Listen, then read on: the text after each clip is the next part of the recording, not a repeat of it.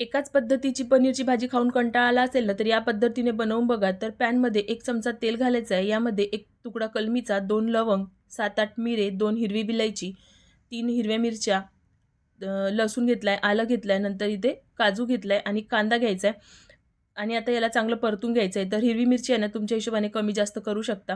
कांदा चांगला परतून घेऊ. तोपर्यंत हा कांदा होतोय ना, तोपर्यंत एक तयारी करून घेऊ. तर यामध्ये पनीर घेतलेलं आहे. पनीर इथे चांगलं किसून घ्यायचं. नंतर याच्यामध्ये चिली फ्लेक्स घातलाय, मीठ घातलंय आणि थोडीशी कोथिंबीर घातली आहे आणि हाताने चांगलं मिक्स करून घ्यायचं आहे. तर या पद्धतीने पनीरचे बॉल बनवून घ्यायचे आहे. असे बनवले ना, तर पनीर फिकं-फिकं लागत नाही. अप्रतिम चव लागते.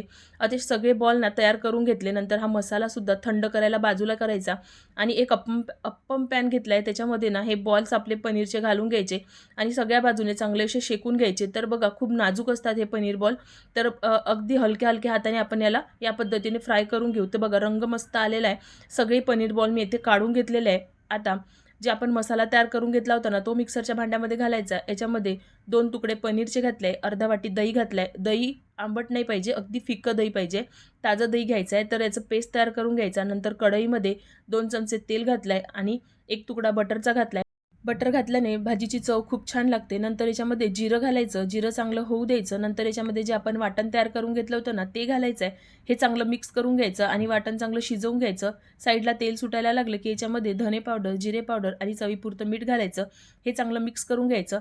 1.5 चमचा इथे फ्रेश क्रीम घेतलेली आहे. फ्रेश क्रीम नसेल ना, तर दुधाची साय असते ना, ते सुद्धा घालू शकता.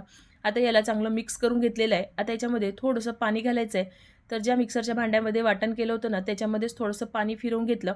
आता परत त्याला एकदा मिक्स करून घ्यायचं आणि याला झाकून शिजवून घ्यायचं, म्हणजे दह्याला चांगलं तेल सुटेल. तर बघा इथे मी इथे 3-4 मिनिटं हे शिजवून घेतलेलं आहे.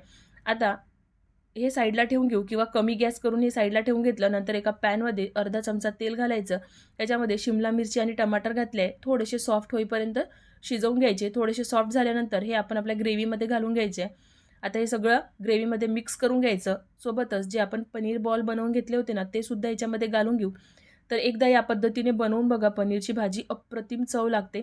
थोडीशी वेगळी पद्धत आहे, पण खूप छान लागते. तर बघा, वरून थोडीशी कसुरी मेथी घातलेली आहे आणि एका पॅनमध्ये थोडंसं तेलामध्ये लाल तिखट घालून त्याचा तडका वरून टाकून घेतला. सोबतच क्रीम घालून घेतली आहे.